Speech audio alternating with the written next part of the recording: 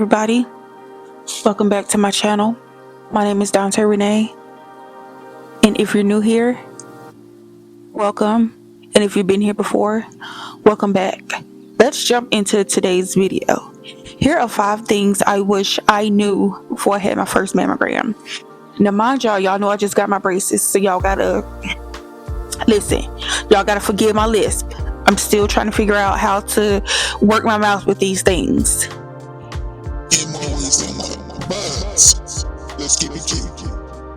Let's jump right into the video.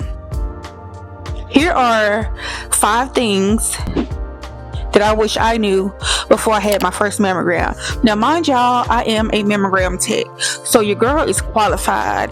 Your girl is pretty much an expert in this. I had to have a degree to get into the program.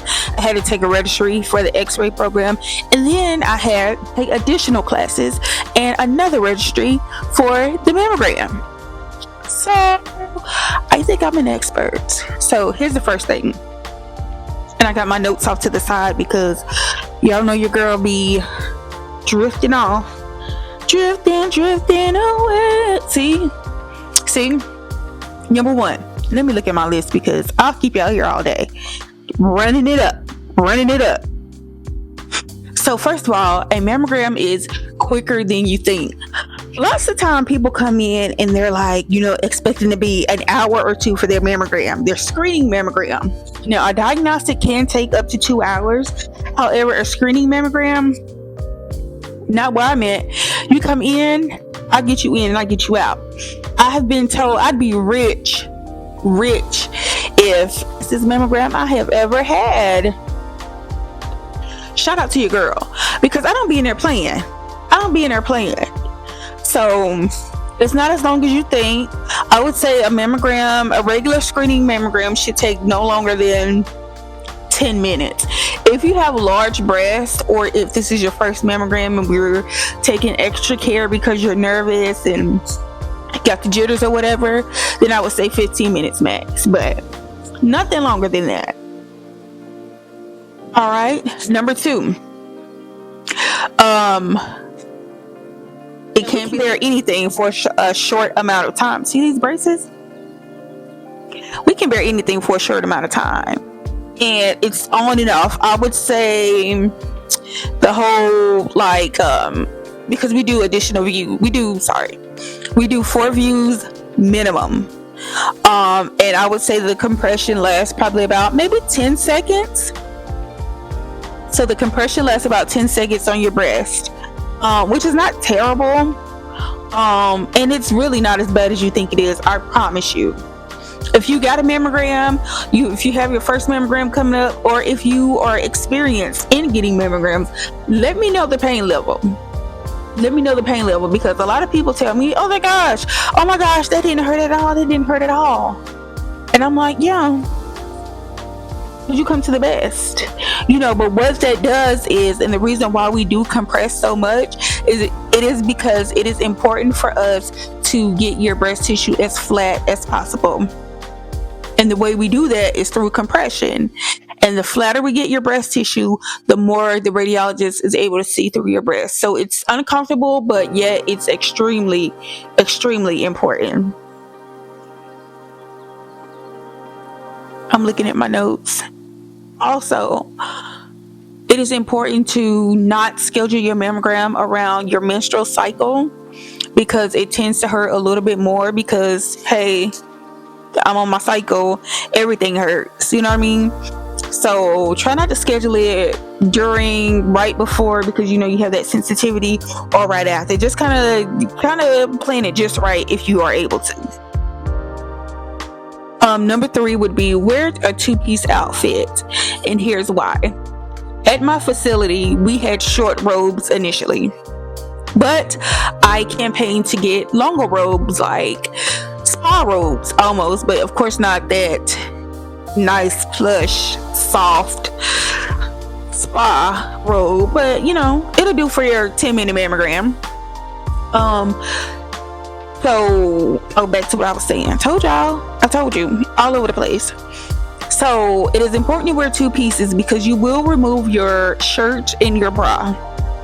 Now, ladies, I know that summertime is upon us and it is sundress season, right? Trust me, I'm part of the game. But not when you get your mammogram. You know why? Here's why. Because 9 times out of 10, you're going to have to take that dress off. The dress and the bra. And you're gonna get your mammogram in nothing but your panties in that robe. Now, some of us like to go commando. No judgment here, but I've seen it quite a few times. And yeah. Let's just keep the two piece in mind. You don't want to feel awkward, and you don't want your tail all out. Like, this is our first time meeting. I don't want to see your tail. Another one is, let us know if this is your first mammogram, because we definitely get into the rhythm of doing our mammograms throughout the day. So if you have questions and this is your baseline mammogram, let us know. We'll explain everything in detail. We'll answer all of your questions. We'll make sure that you're super duper comfortable, which we do anyway, because it is already such an awkward exam. But just tell us and we can kind of let you know and talk you through the process. I'm eyeing my notes over here again. And I think with the explanation and everything that's going on, it can be less intimidating for the first timers, for sure. And here's the thing about the dense breast tissue. A lot of women are concerned when they have dense breast tissue. It kind of comes in categories. Not kind of, but it does come in categories. We have fatty tissue, we have scattered tissue and dense tissue. Sometimes we have extremely dense breast tissue. And here's why it's important to get your 3D mammograms, or whatever the next level after 3D is. As far as I know right now, 3D tomo is the highest mammography, at least here in North Carolina it is. But when you have dense breast tissue, it shows up the same color as breast cancer. It shows up white on your mammogram.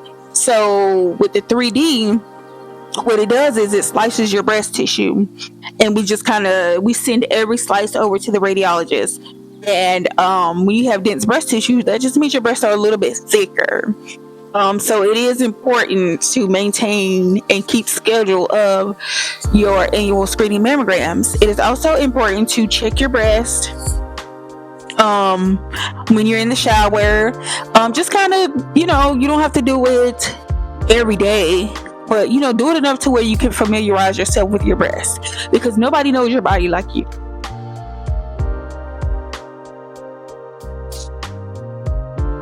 I'm trying to see if there's anything else on my notes I want to talk about in this video.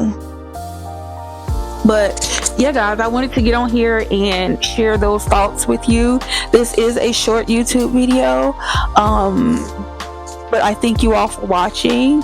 I do want to incorporate some more vlogs, so y'all let me know if y'all like vlogging from new content creators, or would y'all rather just see talking head videos, because I'm getting a lot of mixed information. Some people's like, oh, if you're new TikToker or YouTuber, don't do vlogs, or don't showcase your life like that, because nobody's interested. So let me know your thoughts on that. I personally like doing vlogs. I don't feel like my life is all that exciting, but some people just want to look in and see what you got going on. I might not think my life is exciting or YouTube worthy, however somebody might. You know what I'm saying? So just let me know your thoughts in the comments.